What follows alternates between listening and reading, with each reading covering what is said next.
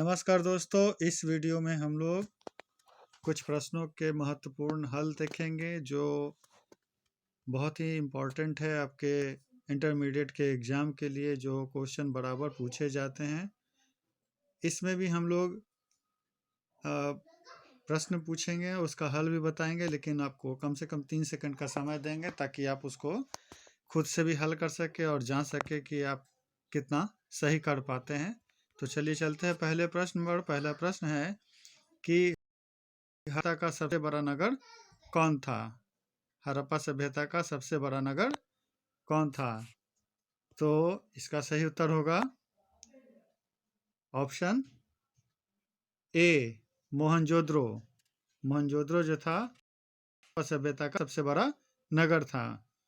अगला प्रश्न है कि धम्म महामात्रों को किसने नियुक्त किया? धम्म महामात्रों को किसने नियुक्त किया? तो इसका सही उत्तर होगा ऑप्शन बी, अशोक। ठीक है। अगला प्रश्न है हीनयान और महायान संप्रदाय किस धर्म से संबंधित है? हीनयान और महायान संप्रदाय किस धर्म से संबंधित है? तो इसका सही उत्तर हो जाएगा ऑप्शन बी, बौद्ध धर्म।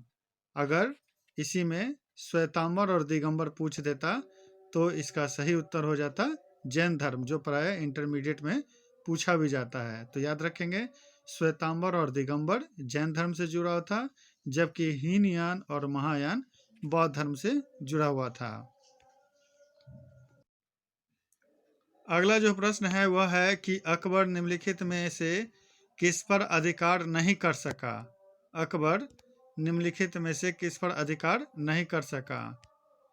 तो इसका सही उत्तर हो जाएगा ऑप्शन बी, मेवाड़। मेवाड़ पर उसका अधिकार नहीं हो पाया था। अगला प्रश्न है कि निम्नलिखित में कौन मुगल बादशाह आलमगीर के नाम से जाना जाता है? निम्नलिखित में से कौन मुगल बादशाह आलमगीर के नाम से जाना जाता है? तो इसका सही उत्तर हो जाएगा ऑप्शन सी, औरंगजेब। औरंगजेब को आलमगीर के नाम से जाना जाता था। अगला प्रश्न है अर्थशास्त्र एवं इंडिका से किस राजवंश के विषय में जानकारी मिलती है? तो इसका सही उत्तर होगा ऑप्शन ए, मौर्य वंश का। अर्थशास्त्र की रचना कौटिल्य ने की थी और जबकि इंडिका की रचना मेगास्थनीज ने की थी।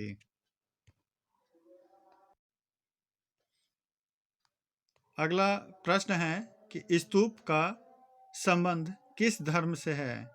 स्तूप का संबंध किस धर्म से है? तो इसका सही उत्तर हो जाएगा ऑप्शन बी, बौद्ध धर्म से। बौद्ध धर्म से संबंधित है स्तूप। अगला प्रश्न है कि एलोरा के कैलाश मंदिर का निर्माण किस राजवंश ने किया? एलोरा के कैलाश मंदिर का निर्माण किस राजवंश ने किया? तो इसका सही उत्तर होगा ऑप्शन डी, राष्ट्रकूटों ने एलोरा के कैलाश मंदिर का निर्माण किया था। अगला प्रश्न है कि बाबर की आत्मकथा का नाम क्या है? बाबर की आत्मकथा का नाम क्या है? तो इसका सही उत्तर हो जाएगा ऑप्शन ए, बाबर नामा। अगला जो प्रश्न है वह है कि आईने अकबरी नामक प्रसिद्ध ग्रंथ की रचना किसने की थी? आईने अकबरी नामक ग्रंथ की रचना किसने की थी?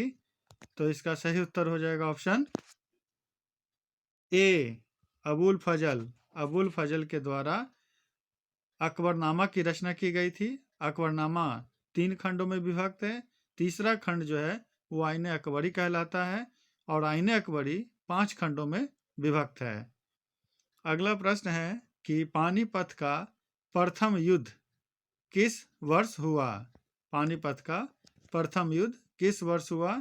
तो इसका सही उत्तर हो जाएगा ऑप्शन बी, 1526 ईस्वी में। 1526 ईस्वी में पानीपत का प्रथम युद्ध बाबर और लोधी वंश के अंतिम शासक इब्राहिम शाह लोधी के बीच में हुआ था।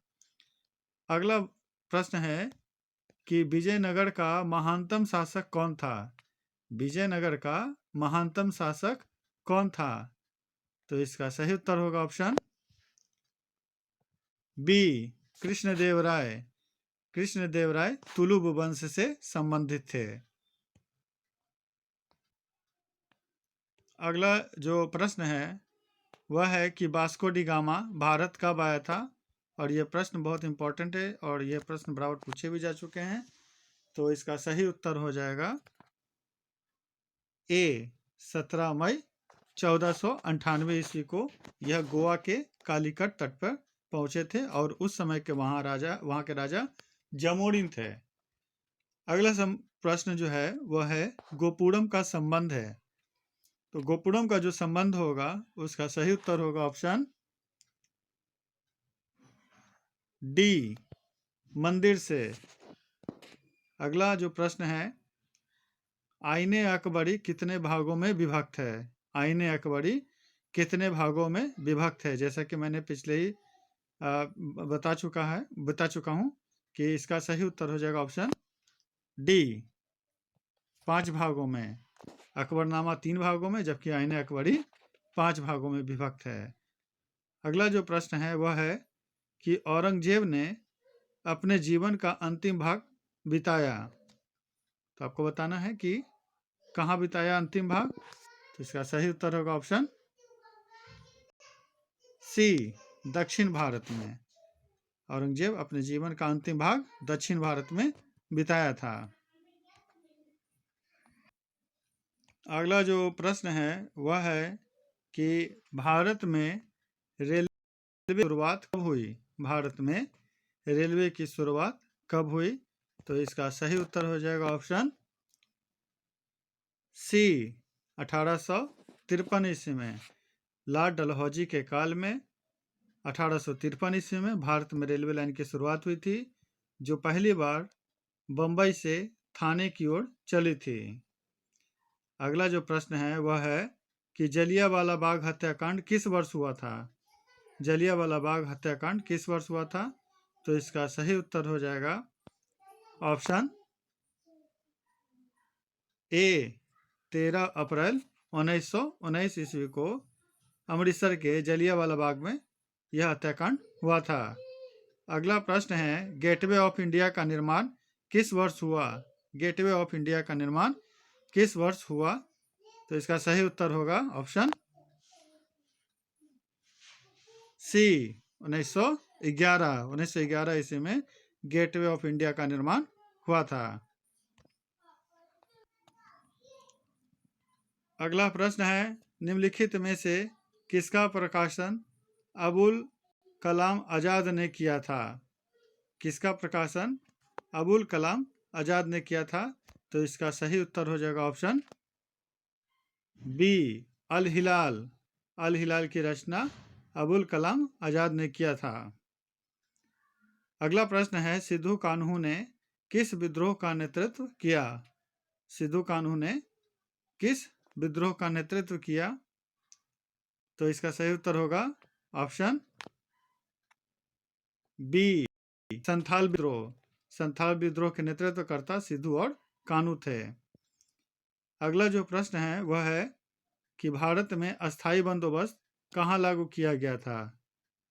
भारत में अस्थाई बंदोबस्त कहाँ लागू किया गया था? इसका सही उत्तर होगा ऑप्शन ए, बंगाल में। बंगाल में स्थायी बंदोबस्त लॉर्ड कॉर्नवालिस के द्वारा 1793 ईस्वी में लागू किया गया था। अगला जो प्रश्न है वह है कि स्वतंत्र भारत के पहले गवर्नर जनरल कौन थे?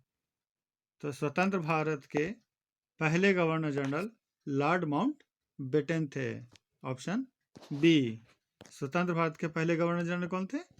Option B, Lord Mountbatten. जबकि अगर यह पूछा जाए कि स्वतंत्र भारत के पहले भारतीय गवर्नर जनरल कौन थे तो सी, राजगोपालाचारी हो जाएंगे। या फिर यह प्रश्न पूछ दिया जाए कि स्वतंत्र भारत के अंतिम गवर्नर जनरल कौन थे तो इसमें भी सी राजागोपालाचारी हो जाएगा। या क्वेश्चन यह पूछ दे कि स्वतंत्र भारत के अंतिम भारतीय गवर्नर जनरल कौन थे, तो उसमें भी सी राजागोपालाचारी हो जाएगा। अगला जो प्रश्न है वह है कि भारतीय संविधान के निर्माण में कितना समय लगा। भारतीय संविधान के निर्माण में कितना समय लगा, तो इसका सही उत्तर हो जाएगा ऑप्शन